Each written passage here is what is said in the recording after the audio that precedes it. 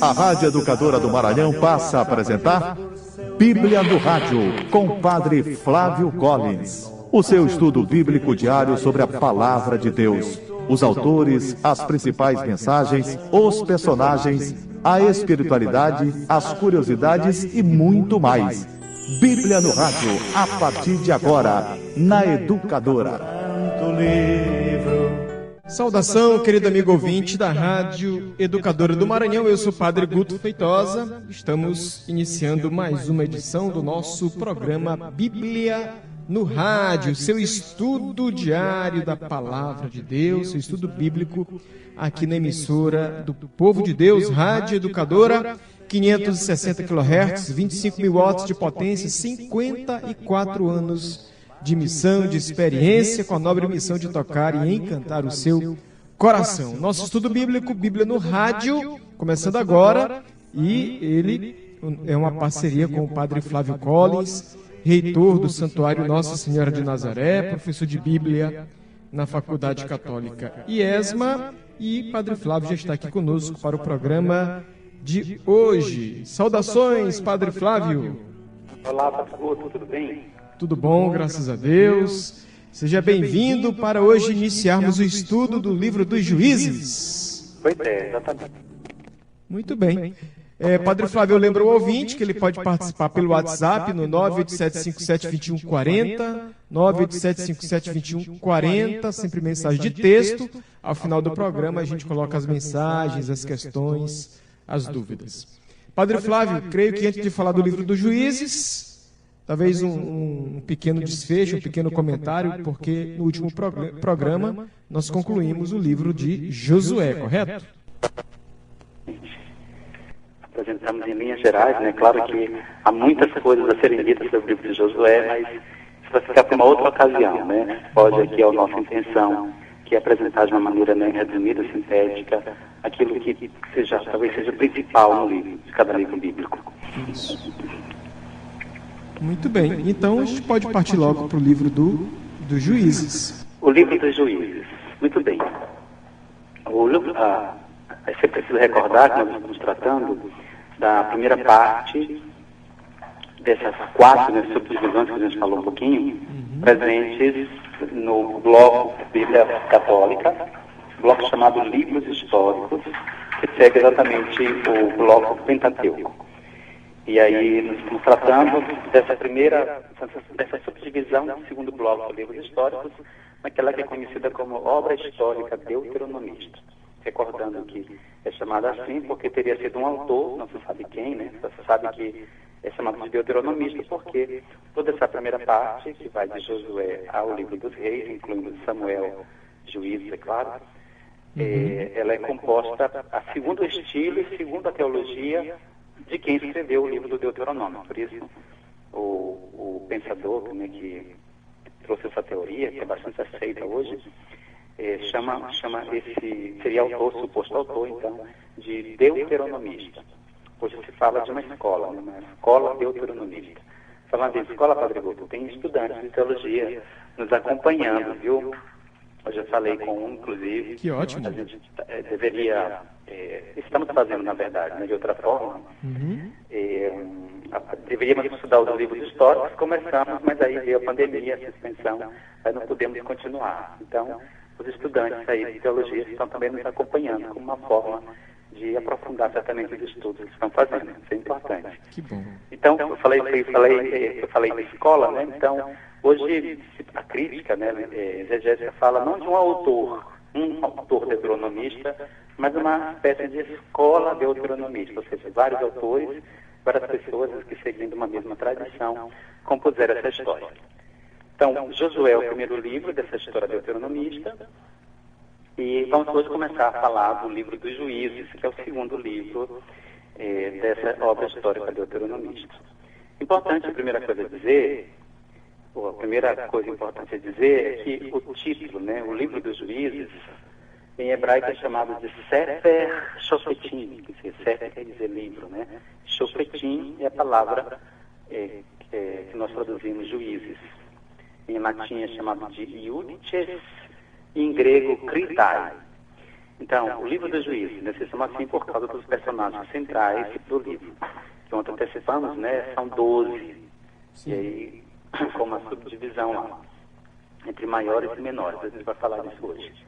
Então, o livro dos Juízes é uma obra anônima, quer dizer, não se sabe quem exatamente escreveu, escrita em hebraico, mas foi atribuída, isso que a gente estava falando há pouco, na sua forma final, à redação deuteronomista, assim como também o livro de Josué. Ele recebe o nome por causa da função exercida pelos personagens centrais, né? Que são pessoas suscitadas por Deus para desempenhar uma função de assistir ao povo. E normalmente a sua missão, ou a sua função, é descrita com a função de julgar. Então, os juízes devem julgar. E julgar o povo no período que sucedeu a morte de Josué, até o período que vai viver, obviamente, vem em cena o grande Samuel. Então, os juízes agem aí. Eles vivem, né, desempenham o seu trabalho, a sua função, a sua missão, nós diríamos hoje. Depois da morte de Josué e antes, então, do período de Samuel. Estão nesse meio, entre Josué e Samuel. Porque com Samuel a gente vai ter início em Israel a monarquia. Então, os juízes vivem nesse período aí, ainda no sistema tribal. Agora, falando do termo juízes, né, ou melhor, em hebraico, shofetim, que a gente traduz como juízes, isso aparece já no capítulo 2, depois nós vamos falar, é uma introdução do livro. E o verbo que corresponde, né, ao trabalho deles, de juízes, é o verbo shafat, em hebraico, julgar, né, shafat em hebraico, julgar em português. Esses dois termos, então, juízes e julgar, não correspondem exatamente à noção moderna, né, jurídica. Não são juízes como os juízes de hoje, juízes de direito, né? Na verdade, eles unem esses termos, né? Unem, diria, dois sentidos. Há um significado basilar, né, básico, de fazer justiça. Eles unem, na verdade, o significado dessa expressão, fazer justiça, ao sentido de libertar o inocente oprimido. Ou seja, para que existe um juiz? Para libertar o inocente oprimido. Eles são suscitados para restabelecer uma situação que foi comprometida pela invasão, vamos usar assim, né, invasão de uma nação inimiga, digamos assim, que vai oprimir uma tribo de Israel. Então Deus vai suscitar o juiz para libertar aquele povo que está oprimido pela nação inimiga e restabelecer, portanto, uma situação de paz. E isso é muito comum, a gente vai encontrar muitas vezes, na verdade, na história de todos os juízes, essa expressão. E a terra pôde descansar, pôde repousar por tantos anos, 30 anos, 40 anos, que é um período de paz. Então a gente tem primeiramente um período de conflito, de guerra, de opressão, e depois da ação do juiz suscitado por Deus, aquela terra, estou falando de uma tribo, né, especificamente, ela vai ter então um período de paz. Às vezes dura enquanto dura o juiz, às vezes morre o juiz, e aí então, de novo, a situação se compromete. Mas então, o juiz bíblico, então, é um personagem sobre o qual vem o Espírito de Deus, depois ele vai apresentar o texto, no texto-chave, vem o Espírito de Deus que o então capacita para uma missão específica, que é a missão de libertar um inocente oprimido. Em geral, libertar um povo. Né? Esse inocente oprimido é um povo, uma tribo, né, que foi submetida ali à escravidão por uma nação inimiga. Ainda em termos de introduções, Padre Guto, a narração do livro dos Juízes, ela vai mais ou menos, ela cobre, né, um período histórico que vai mais ou menos do ano 1225 até 1030 a.C. 1030 foi o ano da unção de Saul como rei de Israel. Este acontecimento nós vamos encontrá-lo no primeiro livro de Samuel. Então, a história contada no livro dos Juízes, a história contada, o texto bíblico dos Juízes, tem como pano de fundo exatamente essa história, a história mesmo, né, entre os anos 1225 e 1030 a.C. Existe uma expressão, né, que é típica, no tempo dos juízes. Essa expressão ela vai aparecer muitas vezes nas Sagradas Escrituras. porque realmente vai permanecer na memória da tradição bíblica. Ela vai aparecer lá em 2 Samuel, vai aparecer depois no livro dos Reis, no livro de Ruth. O livro de Ruth começa assim.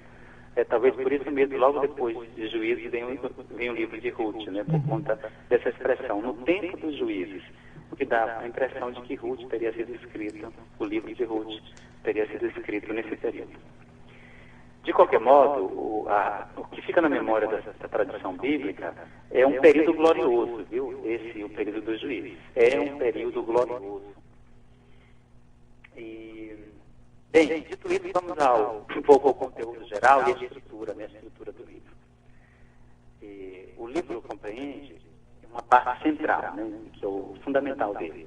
Essa parte central, ela traz a história, aí, claro, é uma história sintética, né, uma síntese, uma espécie de compêndio dos 12 juízes de Israel.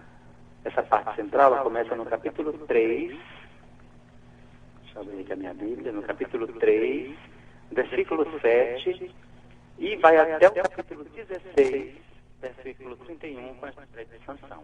Então, essa parte central, ela conta a história dos 12 juízes de Israel. E aí, o leitor certamente já olhou, né, e encontrou nomes, aí, o nome dos juízes. A Bíblia de Jerusalém traz assim mesmo, história dos juízes. Aí tem o nome deles aqui, olha, Otoniel, Aorde, Sangar, Débora e Baraque, e aí vem outros, vou dizer, depois eu digo os outros todos, né, porque para não folhear a Bíblia inteira. Então, mas tem essa parte central que traz, então, a história dos juízes de Israel. E agora, antes dessa parte central, a gente tem 2 prólogos. Prólogos são 2 introduções, né? Prólogo é uma palavra grega, né? Prólogo, quer dizer, antes do discurso. Corresponde ao prólogo, essa é uma curiosidade, corresponde ao prólogo o epílogo, quer dizer, depois do discurso, depois da parte central. Então, prólogo, epílogo. Mas em português você pode dizer introdução ou conclusão. Outro, Padre Garcia ia dizer prefácio e pós-fácio, né? É só uma curiosidade, né? São terminologias. O bom é que seja coerente, né? Quem usa introdução, depois vai usar a conclusão. Quem usa a palavra prólogo, depois fala de epílogo. Quem usa prefácio tem que falar de pós-fácio. Tem que ter essa coerência. Não misturar os termos. Consideração parênteses. Então, dois prólogos ou 2 introduções que estão presentes, claro, logo no início, né? Nós temos a primeira, que é do capítulo 1, versículo 1, até o capítulo 2, versículo 5. Então, em geral, as Bíblias já dividem um pouquinho, né? A Jerusalém fala, inclusive, de primeira introdução e segunda introdução. Essa primeira introdução, ela é de caráter mais histórico e geográfico. Seria mais ou menos a descrição da situação do território de Canaã. Aí é preciso recordar que o livro de Josué terminou assim. Depois da bênção de Josué, depois do pacto firmado, né, renovado, a aliança renovada em Siquém, cada um voltou para a sua propriedade, para a sua herança, para o seu território. E o livro de Josué já tinha deixado, lá no capítulo 13, né, a gente lê um pouquinho, já tinha feito um resumo das terras que precisavam ser conquistadas. E o livro dos Juízes traz ainda com dados ainda mais realísticos a situação de Canaã, ou seja, toda a terra que precisava ser conquistada. Ligado a isso, obviamente, está uma descrição dos povos que devem ser combatidos nesse sentido, né? Estamos falando aqui do contexto de guerra, de tomada de território mesmo. Então, o livro dos Juízes começa com uma descrição da terra a ser conquistada. Olha, claro, para conquistar essa terra, será necessário fazer guerra contra os povos que nessas terras habitam. Então, esse primeiro prólogo traz exatamente isso. É uma lista grande, viu, Padre Guto? Muito grande mesmo. E a segunda introdução, que começa no versículo 6 do capítulo 2, é uma introdução de caráter mais teológico doutrinal. Ela vai até o capítulo 3, versículo 6. Essa aqui, essa parte, essa seção, do capítulo 2:6 ao 3:6, ela é de caráter mais teológico doutrinal, ou seja, nós temos aqui a chave teológica a partir da qual se deve interpretar todo o livro dos Juízes e todo o período, né, vivido por eles. Aí lá no final, depois da seção central, que termina no capítulo 16, nós teremos 2 apêndices, né, 2 conclusões, que correspondem aos capítulos 17 a 19. Aí nós temos aqui, capítulo 17, o santuário de Micas, o santuário de Dan. São os capítulos 17 a 19. 19 fala, inclusive, de um crime muito feio na Bíblia, que é o crime de Gabaã e a guerra contra Benjamim. Benjamim é uma das tribos de Israel. E, então, o capítulo 19 traz esse crime, traz uma guerra, consequentemente. E depois, os capítulos 20 e 21 trazem aí... trazem, os israelitas se comprometem a vingar o crime de Gabaá. Depois os israelitas se arrependem daquilo que fizeram, capítulo 21, finalmente. Então são 2 apêndices do livro dos Números. Perdão, do livro dos Juízes. Então nós temos aí, então, uma seção central, precedida de 2 introduções e que termina, obviamente, com 2 conclusões. Muito bem, vamos nos voltar agora para a parte central do livro dos Números. Estou com o número na cabeça. Do livro dos Juízes. A parte central diz respeito, né, como já dissemos, à história dos juízes. Ela se caracteriza de uma maneira assim externa, porque a história de 6 desses 12 juízes, a história deles é contada com maior amplitude. Você realmente vai ter muito texto, né, muitos versículos, uma história mesmo com detalhes. E eles são conhecidos exatamente por esse motivo como juízes maiores. Não é que sejam os juízes mais importantes, não é quando a gente na nossa língua diz, o maior jogador, o melhor, né? Não é nesse sentido não. Quando a gente fala de juízes maiores, e aí a palavra oposta é juízes menores, nós temos essa subdivisão. Nessa lista dos 12, na história dos 12 juízes, nós temos 6 juízes maiores e 6 juízes menores. Mas o critério para discernir entre o juiz maior e o juiz menor é quanta importância, quer dizer, quanto texto se dedica a descrever a história deles. Então, os juízes maiores são aqueles que têm mais texto, né, que a história dele é contada com mais detalhe, com mais amplitude. E os juízes menores, em geral, se diz apenas, faz apenas uma síntese. E eu vamos explicar depois disso. Então, quem são os juízes maiores? A lista deles, né? É Otoniel, está logo aí no começo, Otoniel, e não é que seja muito grande não, vai dos versículos 7 ao versículo 11 do capítulo 3, 7 a 11. Depois, Aode, que é bem logo em seguida, né? Dos versículos 12 até o versículo 30.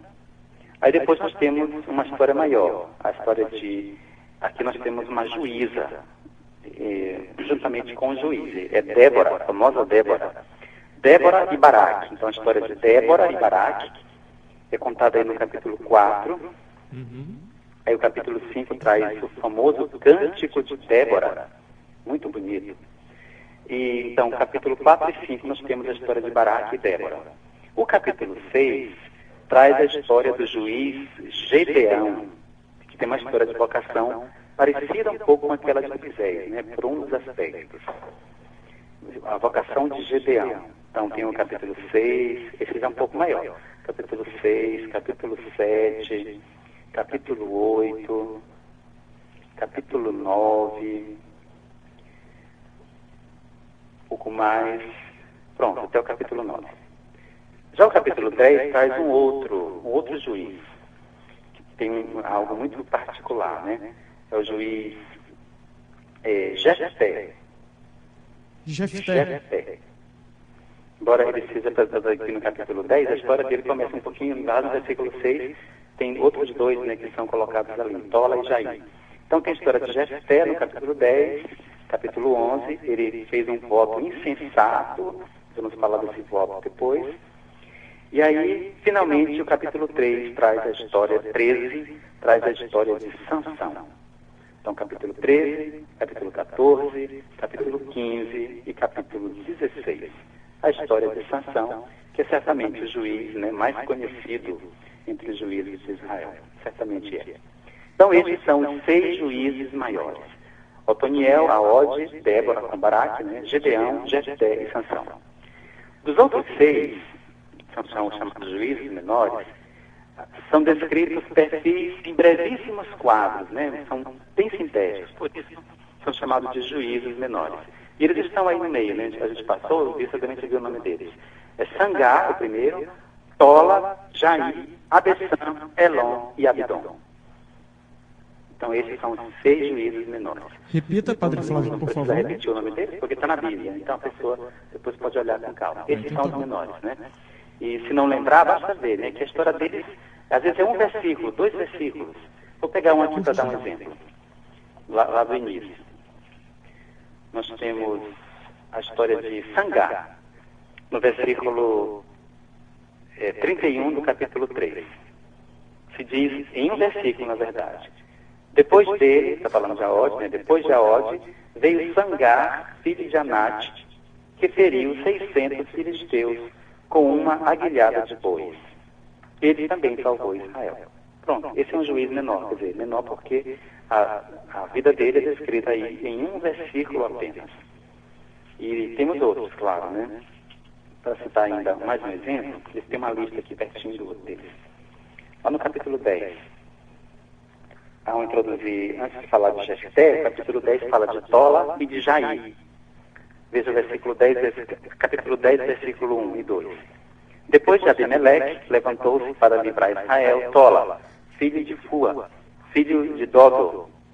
Era ele de Issacar, e habitavam em Samir, na montanha de Efraim. Ele julgou Israel durante 23 anos. Depois morreu e foi sepultado em Samir. Aí, versículo seguinte. Depois dele, levantou-se Jair, de Galaade, que julgou Israel 22 anos. E tinha ele 30 filhos, que montavam 30 jumentos e possuíam 30 cidades, chamadas ainda hoje de Aduares de Jair, na terra de Galaade. Depois, Jair morreu e foi sepultado em Camon. Só para dar um exemplo, para pontuar uma coisa que você perguntou respondendo ontem, Padre Guto. Se cada juiz são 12, porque são 12 juízes, porque são 12 tribos. E a resposta é sim, nós temos aqui, olha, Tola, ele era da tribo de Issacar. Jair era da tribo de Galaade. E assim, cada juiz ele é de uma tribo. Então são 12 juízes, exatamente porque 12 tribos. Perfeito. Muito bem, eu diria que como introdução geral no livro dos juízes, nós temos isto. Agora, vamos tratar do que realmente os juízes fizeram, né? A sua missão e os seus feitos, os feitos gloriosos. E apresentando em primeiro lugar, né, uma descrição, que é o que caracteriza realmente os juízes de Israel. Você quer a gente começar logo ou quer chamar um intervalo, Padre Guto? Eu acho que a gente chama logo o intervalo, né? Porque depois o senhor vai direto. Isso, pronto. Pois está certo. Vamos para o intervalo. Educadora é da Igreja, é do Maranhão. A Rádio Educador está apresentando Bíblia no Rádio, com o Padre Flávio Collins. De volta com Bíblia no Rádio, aqui pela Educadora Emissora do Povo de Deus, sua catequese, seu estudo, seu aprofundamento bíblico no rádio. Lembrando que você participa 987-572140, 987-572140, mensagem de texto. No final a gente traz as participações dos ouvintes. Comigo o Padre Flávio de volta para continuar falando do livro dos Juízes. Padre Flávio? Muito bem, livro dos Juízes, né? Depois dessa introdução geral, que organiza um pouco a estrutura, né, o material para a gente no livro dos Juízes, é importante a gente compreender um pouco mais quem são os juízes. Então vamos apresentar assim uma espécie de descrição, né, da figura dos juízes de Israel.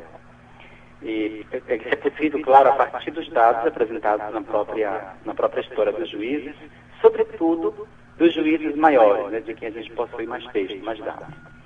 Então, quem são os juízes? Primeira coisa, os juízes foram personagens escolhidos por Deus. Então, homem, no caso a gente tem também uma mulher, né, Débora. Aliás, não só Débora, tem uma outra mulher, Jael, a mulher do Quenita, que tem uma participação muito importante aí numa batalha. eu estou sorrindo, mas é uma coisa feia de contar. O que ela faz é feio, mas aí vamos deixar para isso para outro momento. Certo. E antes de continuar, Padre Guto, um bom exercício para os nossos ouvintes seria olhar a história dos juízes e tentar descobrir assim, porque está lá, obviamente, né? Para todos praticamente. Todos os juízes se diz qual a tribo, de qual tribo ele provém. Isso é um bom exercício. Se é o juiz, a tribo tal, a tribo de Judá. Quem foi o juiz da tribo de Judá? Da tribo de Issacar. Quem foi o juiz? Da tribo de Gad. Quem foi o juiz? Então é um bom exercício para olhar mais profundamente o livro dos juízes. Então, retomando o perfil dos juízes. Eles foram escolhidos por Deus. Aí isso aparece no capítulo 3, versículo 9. Vale a pena a gente ler, acho que é importante, né, para já mostrar de onde a gente tira essas características. Capítulo 3, versículo 9. É acerca de Otoniel. Diz assim: os israelitas clamaram ao Senhor, e a Senhor lhes suscitou um Salvador, que os libertou. Otoniel, filho de Cenez, irmão caçula de Caleb. Olha aí, irmão caçula de Caleb, Otoniel. Caleb já conhecido desde a caminhada do deserto, né? Que junto com Josué foram os únicos a entrar na terra. Então, um personagem suscitado por Deus. O versículo 15 também diz a mesma coisa. Então os israelitas clamaram ao Senhor, e o Senhor lhe suscitou um Salvador, Aode, filho de Gera, benjaminita, homem canhoto. Isso é interessante. A história dele, estou sorrindo porque ela é muito engraçada mesmo, a história dele. Homem canhoto. Aí eu não vou ler aqui não, mas o ouvinte pode ler em casa, que é muito engraçado. Realmente o livro dos juízes tem esse tom meio engraçado, né? Meio voltado para a anedota, viu, Padre Guto? Então, às vezes a gente só ri mesmo lendo o livro dos juízes. E a história de Aode, ela realmente suscita uma certa graça, como que cumpre a missão dele. Homem canhoto. Então, foram personagens escolhidos por Deus. Depois, dotados de um particular carisma, e esse carisma é indicado como uma expressão muito bonita, a expressão Espírito do Senhor. Ou seja, vem sobre aquela pessoa escolhida por Deus o Espírito de Deus. A gente pode encontrar essa expressão no capítulo 6. Capítulo 6, versículo 34. 6:34. Diz assim, é acerca de Gedeão. O Espírito de Adonai revestiu Gedeão, ele veio sobre ele. Ele soou a trombeta e Abiezer se agrupou à sua retaguarda. Então, o Espírito do Senhor. Aparece também acerca de Jefté, no capítulo 11, versículo 29. Diz assim: então o Espírito de Adonai veio sobre Jefté, que atravessou Galaade e Manassés. Passou por Masfa de Galaade, e de Masfa de Galaade passou os amonitas. E aparece também no capítulo 15, versículo 14, acerca de Sansão. Aparece em outros lugares, estou citando alguns, viu? 15 e 14. Quando chegava Leque e os filisteus corriam em sua direção, gritando de júbilo, o Espírito de Adonai veio sobre Sansão. As cordas que amarravam seus braços se tornaram como fios de linho queimados ao fogo, e os laços que o prendiam se soltaram das suas mãos. Então, eles são dotados, esses que são escolhidos, quer dizer, o juiz, que é um personagem escolhido por Deus, é dotado de um carisma particular que lhe dá, diria, uma força particular, né, uma força especial. E essa expressão, isso é descrito com a expressão Espírito de Adonai. E terceira característica. Então, escolhidos, dotados de um carisma particular, com a missão de libertar o povo da opressão inimiga. Então, essa era a sua missão. Era para isso que ele era revestido do Espírito de Deus. Era para isso que ele era escolhido, para libertar o povo da opressão inimiga. Nesses versículos que a gente leu, já tem o contexto, né? Então, os israelitas clamaram ao Senhor, e ele então suscitou o juiz e o Espírito veio sobre ele e vai libertar então. Nesse caso é fazer guerra. Libertar significa fazer guerra. Nesse sentido, Padre Guto, a autoridade do juiz era absoluta, viu? Enquanto durava a sua missão de libertar a opressão inimiga, ele tinha autoridade absoluta sobre a tribo. Então, são essas três características principais, né? Retomo. Personagens escolhidos por Deus, dotados de um carisma particular, com a missão de libertar o povo da opressão inimiga.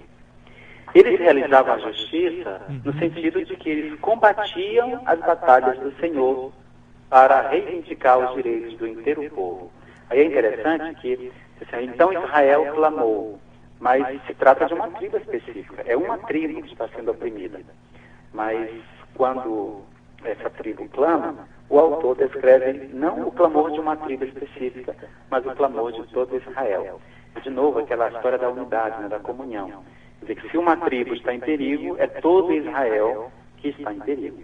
Então, ainda que a atitude, o gesto de um juiz fosse libertar uma tribo específica, esse gesto, na verdade, pertence a todo Israel. Então, por isso que se diz que ele libertou todo Israel da opressão inimiga. Bem, então, retomando o que eu estava dizendo, eles realizavam a justiça no sentido de libertar o povo, combatendo as batalhas do Senhor, reivindicando os direitos do inteiro povo. Agora, algumas exceções, né? Em tempos de paz, de não guerra, parece que alguns juízes exerceram a justiça, aí sim, a justiça mais próxima do sentido moderno, né? A justiça ordinária, aquela cotidiana, estabelecendo o direito e governando com autoridade. A gente tem um caso no capítulo 10. Certo. 10, versículo 2 e 3. É acerca de Tola, que diz assim, Tola e Jair, né? Ele julgou Israel durante 23 anos, depois morreu e foi sepultado em Samir. Aqui não se fala de guerra exatamente, né? Olha, ele era de Sacar e habitava em Samir, na montanha de Efraim. Ele julgou em Israel durante 23 anos. Depois morreu e foi sepultado em Samir. Também Jair. Depois dele levantou-se Jair, de Galaade, que julgou Israel 22 anos. Então aqui realmente não se descreve uma ação de guerra, mas descreve uma justiça mais ordinária mesmo, né? Mais no dia a dia. Assim também nós temos um caso no capítulo 12, no caso de Jefté, né? Depois que ele fez uma batalha, que ele combateu, que ele libertou Israel, ele julgou Israel durante 6 anos. Depois, Jefté, o Galadita, morreu e foi sepultado na sua cidade, Massa, em Galaade. Agora, um caso especial, mais especial que esses ainda, é o caso de Débora. Débora no capítulo 4. Uma curiosidade, Padre Guto, Débora quer dizer abelha. Abelha? Débora, viu? Então, se alguém se chama Débora, em hebraico, Débora quer dizer abelha. Traduzido para o grego como Melissa, que em português dá Melissa. Então, quem tem o nome de Melissa, saiba que esse nome significa abelha. Interessante. Então, Débora, no capítulo 4, versículo 5, ela já exercia a função de juíza antes de ser investida para a missão de libertar Israel. Diz assim, capítulo 4, versículo 4 e 5. Nesse tempo, Débora, uma profetisa, mulher de Lapidote, julgava em Israel. Ela tinha a sua sede à sombra da palmeira de Débora, entre Ramá e Betel, na montanha de Efraim, e os israelitas vinham a ela para obter justiça. Então, neste caso aqui, nós temos realmente uma juíza que fazia justiça ordinária. E depois, ela foi investida, né, com a missão aí de libertar Israel. Mais uma tarefa para o ouvinte. Além de descobrir de qual tribo pertence o juiz, seria bem interessante também saber, descobrir lá no texto, contra qual povo esse juiz vai combater. Isso é bem também importante. Com qual povo Israel, através daquela tribo, fez guerra? Era só um parênteses. Agora, continuando a história dos juízes. Os juízes não foram propriamente chefes da nação ou das tribos. Eles não eram chefes, né? Não é que eles fossem um líder. Como a gente viu aqui, é um personagem né, singular, né, concreto, chamado para uma missão específica, com algumas exceções. Então, eles não eram chefes da nação ou chefes das tribos. Eles também não eram legisladores. Eles, chamados por inspiração divina, exerciam um ministério limitado no tempo, repetindo, né, com a tarefa específica de libertar o povo de Israel dos seus opressores. Normalmente é isso, né? Uma vez realizada essa tarefa, cessava ordinariamente a sua missão. Isso aqui é importante. Então, e a gente vai ter um caso disso na história de Gedeão, ele vai dizer, mas por que eu? Meu clã é o último em Israel, e eu sou o último na casa de meu pai. Por que eu? Quer dizer, eu não sou o chefe. A função dele era outra. Mas ele foi chamado para ser juiz, para libertar o povo. E aí, quando ele libertou o povo, ele volta a fazer aquilo que ele fazia. Nesse sentido, Padre Guto, somente Samuel, o último juiz, né, que aí também vai ser a passagem para a monarquia, a história dele é apresentada no livro do seu mesmo nome, né, Samuel, somente ele teve uma missão jurídica, diríamos assim, né, mais ampla e mais duradoura, que parece, né, que abarcasse todo Israel. Então, somente Samuel parece que era juiz sobre todas as tribos. Agora, diferentemente dos outros juízes, ele não foi um condutor de exércitos, ele não conduziu batalhas. E ele era também sacerdote e profeta. Então, talvez por isso mesmo, né, ele desempenhou essas três funções sobre todo Israel. Para acentuar, então, que a autoridade de um juiz era absoluta naquela tribo e enquanto durava a sua missão de libertar o povo. Uma vez que libertava o povo, ele voltava à sua vida normal. Muito bem. Certo, Padre Guto? Certíssimo, Padre Flávio. Pronto. Vamos olhar um pouquinho agora o que fizeram os juízes, maiores e menores? Vamos. A missão de cada um. Começando com os juízes maiores, né? Entre os juízes maiores, a história de Otoniel e de Aode, né, que tem logo no começo, elas são bastante sintetizadas, né? A história dele é bastante sintetizada. Aí já vou responder algumas perguntas, né? O primeiro da tribo de Caleb liberou Israel, estou falando de Otoniel, libertou Israel de Cusã-Ristaim, rei de Arã. Então, Arã, né, contra o povo de Arã. Os arameus, né? Que oprimiu Israel por 8 anos. Em geral, tem essas descrições todas. O segundo é Aode. Aode venceu um rei chamado Eglon. Eglon. Era um rei bastante gordo, Padre Guto, muito gordo. Ele tinha deixado Israel em escravidão por 18 anos. E aí, então, a história dele eu não vou contar, não, vou deixar para o leitor, né, se deleitar com essa história lá. É aquela parte da anedota também aí? Exatamente, esse mesmo. O homem canhoto. A Aode é um homem canhoto. E é interessante como eu nunca estudei exatamente porquê, né? Uma coisa para aprofundar depois. Que realmente a Bíblia tem... Eu lembro, eu faço um parênteses, que eu lembro do meu pai e da minha mãe, que eles não viam com bons olhos um filho escrever com a mão esquerda. Era engraçado. E hoje a gente até pensa, será que eu não seria canhoto? Por algumas coisas, alguns movimentos com a esquerda vai até melhor, né? Mas a gente era educado a não escrever com a mão esquerda, tinha que ser com a mão direita. E realmente na Bíblia tem isso, né? É da Bíblia que vem isso um pouco. Tem um certo preconceito com o esquerdo, né? Com a história, o homem canhoto. Por isso que tem esse destaque aqui, é um homem canhoto. Quer dizer, não é visto com bons olhos. E talvez tenha daquela história, né? Que a destra de Deus, a mão direita de Deus faz maravilhas. Então, talvez por isso, né? Mas é algo a aprofundar. Só para dizer, né, que tem esse detalhe aqui do homem canhoto que vai salvar Israel. Padre Flávio, eu tenho um parêntese também. Eu tenho um irmão meu, Leandro, segundo, né? Eu sou mais velho, ele é o segundo. E ele era canhoto. E meu pai, saudosa memória, meu irmão era canhoto na mão, no braço e na perna. Meu pai, de saudosa memória, fez meu irmão desaprender o esquerdo para aprender a comer, a usar a mão direita, o braço direito. Mas deixou ele ser canhoto por causa do futebol. Porque no futebol o canhoto tem um pouco mais de vantagem, porque são menos, né? Então eu acho isso muito interessante. Também certamente por conta disso, né? Tirou a mão esquerda dele, deixou ele ser direito, destro, mas no futebol fica com a perna esquerda mesmo. São parênteses também. Muito bem, pois é. É uma história a ser estudada. E agora, desses dois, então, é uma história bastante sintetizada, né? Como a gente pode ver mesmo, né? Até ali na disposição da Bíblia. São alguns poucos versículos. Agora, um notável desenvolvimento tem a história dos outros juízes maiores, né? Mais que 3. Os outros juízes maiores, são 4, né? Isso. Falamos de 2.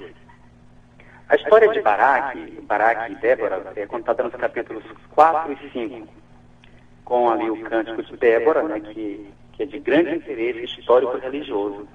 E esse cântico de Débora é um dos textos mais antigos da Bíblia, viu, Padre Guto? Um dos mais antigos textos da Bíblia, o cântico de Débora, com muitas palavras mesmo, que não se consegue, né, ainda hoje, não se consegue traduzir direito, por causa da sua antiguidade. Tem uma língua, né, que se perde. Sim.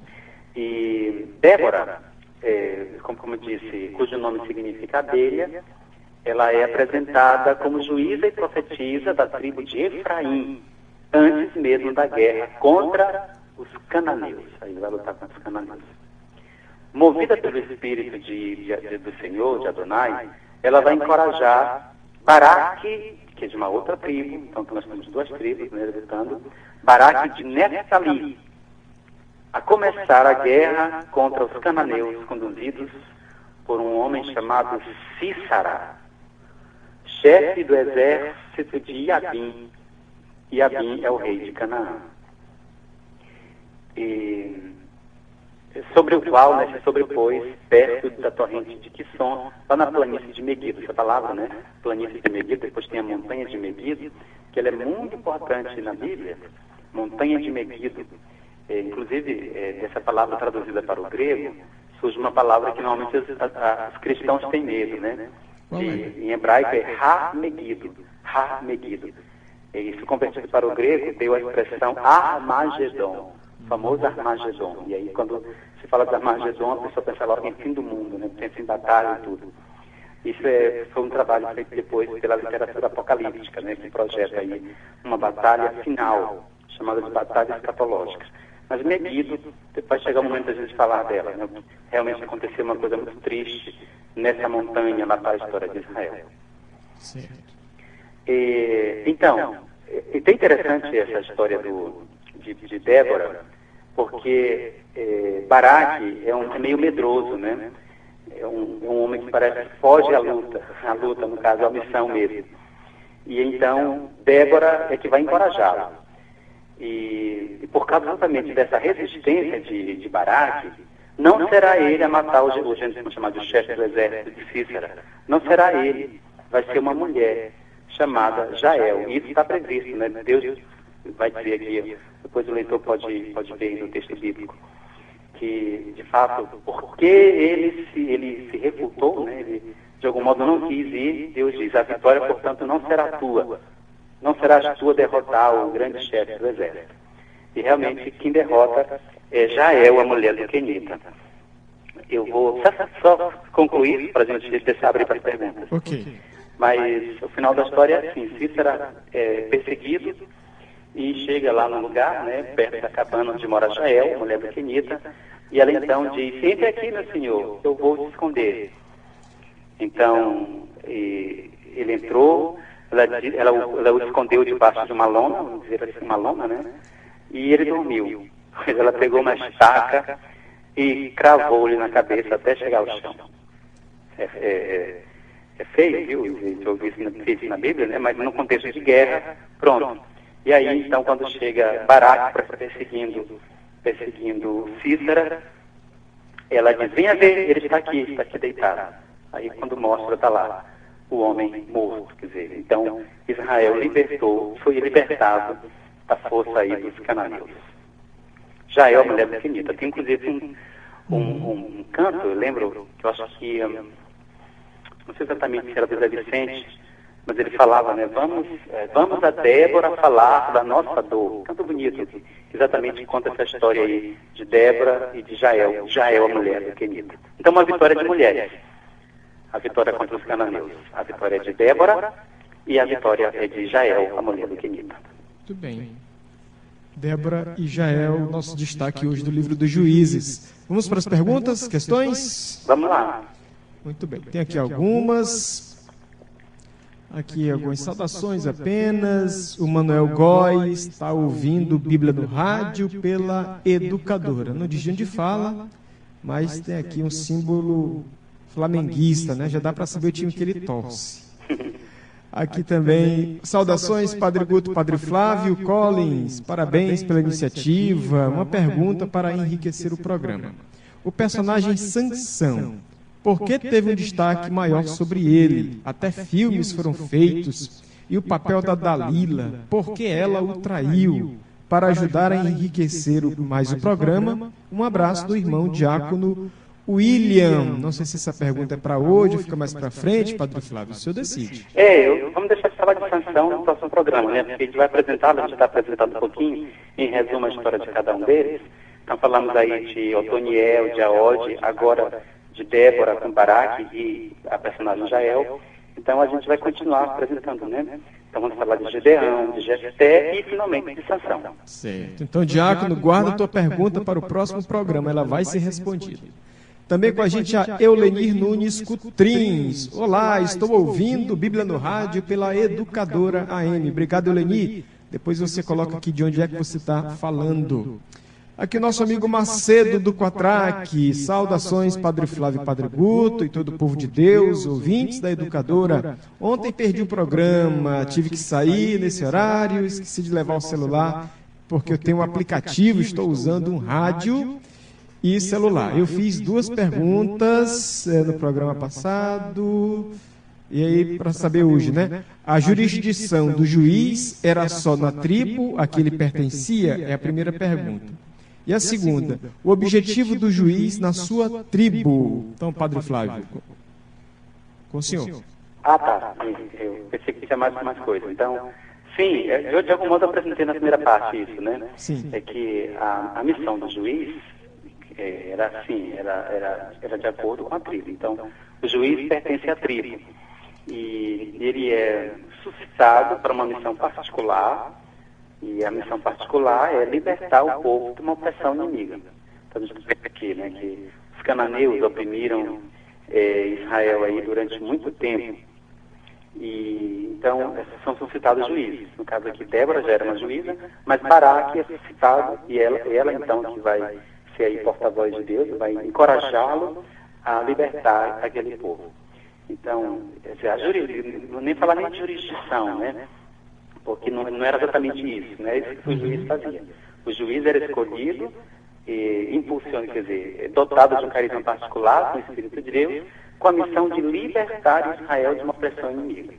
Que a gente falou aqui, né, que alguns casos parece, a gente não tem certeza que exerciam, aí vamos falar a palavra de Macedo, a jurisdição, né, no sentido mais ordinário, mas sempre ligado a uma tribo, né? Especificamente a gente falou então lá de Tola e de Jair.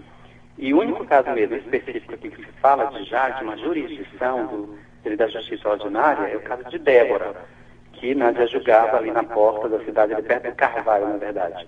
Ela ficava ali e as pessoas iam até ela para fazer as suas queixas, então ela exercia a justiça. E aí depois dela, claro, mas ela está ligada à sua tribo, né? Débora, versículo 4, viu, Macedo? Do capítulo 4. Mulher de lapidores, julgada em Israel, mas Israel aqui não é todo Israel, é aquilo que eu dizia antes, que cada tribo se sente parte de um todo.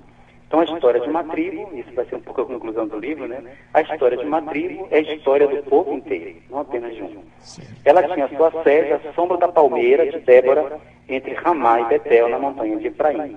Então, a jurisprudência de Débora era somente ali em Efraim.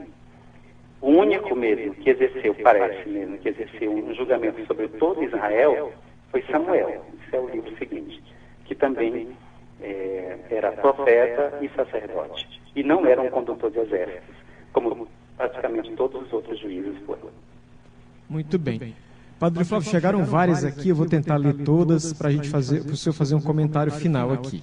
Tá. Débora, aqui é Maria do Carmo, lá do Coafuma. Débora juíza teve importância no seu tempo. Não sei por que não está na relação, pelo menos, dos juízes menores. Ela está como juiz maior, na verdade, né? A sua luta com as tribos de Israel foi tamanha que no final da batalha cantou seu cântico. Bem no final do cântico termina com as palavras: assim, ó Senhor, pereçam todos os seus inimigos. Porém, os que amam sejam como o sol quando sai na sua força. E eu falo importante neste dia. Então, só para retificar que Débora foi a juíza maior, né, Padre Flávio? Exatamente. Certo. Aqui inclusive tem um canto, Padre Guto, um refrãozinho, né? Pois os que te amam brilham como o sol ao amanhecer. Uma música de adoração. Eu te adoro a Deus, eu te adoro a Deus. É isso, mais ou menos isso. Inspirado conhece, né? No cântico de Débora, né? Sim, exatamente. Também o Celso Almeida, com a família Almeida e a família Lima, estão acompanhando o Bíblia no Rádio. Aqui o diácono João Pedro, saudação padres, o que significa a expressão? Com uma aguilhada de bois. Obrigado, acompanhando o programa. Quer responder logo, padre? Uma aguilhada de bois, espera, vamos achar lá onde é que está, no caso de Otoniel, me parece, né? Quando o senhor procura aí, só registrar aqui também a saudação do ouvinte, está dizendo aqui ela, Mundinha França. Olá, estou aqui na escuta, parabéns pelo programa. Obrigado, Mundinha. A Mundinha aqui não diz de onde é, deixa eu ver se eu acho. Depois você coloca aqui, Mundinha, de onde você fala. E também o Macedo do Quatraque, ele está doido para a gente aumentar o horário do programa, Padre Flávio. Mas Macedo, a gente tem uma questão de disponibilidade dos apresentadores também e outra. Pedagogicamente, a gente escolheu uma hora de programa, que é para que não fique muito extenso, muito pesado, que tenha mesmo esse gostinho do quero mais, quero o próximo programa, tá bom? É uma pedagogia, uma didática que a gente pensou. Mas eu fico muito contente em você pedir mais uma hora do programa, esse é sinal que você e tantos outros estão curtindo. Quem sabe mais para frente, né? Não vamos dizer que não vai rolar, mas obrigado pela questão. Padre Flávio. E eu quero também aqui, ao vivo, uma vez mais, agradecer ao Padre Flávio pela sua disponibilidade, porque esse foi um projeto que a gente pensou, bolou, teve essa ideia, e ele prontamente também disse, vamos lá, topou de primeira, e graças a Deus está dando certo aqui essa parceria Bíblia no Rádio, através da emissora do Povo de Deus. Mais uma vez, Padre Flávio, muito obrigado e pedimos a sua bênção. Muito bem, vamos pedir então que o Senhor nos abençoe neste dia, Ele que sempre em nossas vidas se manifesta como Pai, Filho e Espírito Santo. Amém. Um abraço, meu irmão. Aí o Padre Flávio Collins, do Santuário de Nazaré Quatraque, professor de Bíblia na Faculdade Católica IESMA. Até o próximo Bíblia no Rádio, pela Educadora, é da Igreja, é do Maranhão. A Rádio Educadora do Maranhão apresentou Bíblia no Rádio, com o Padre Flávio Collins.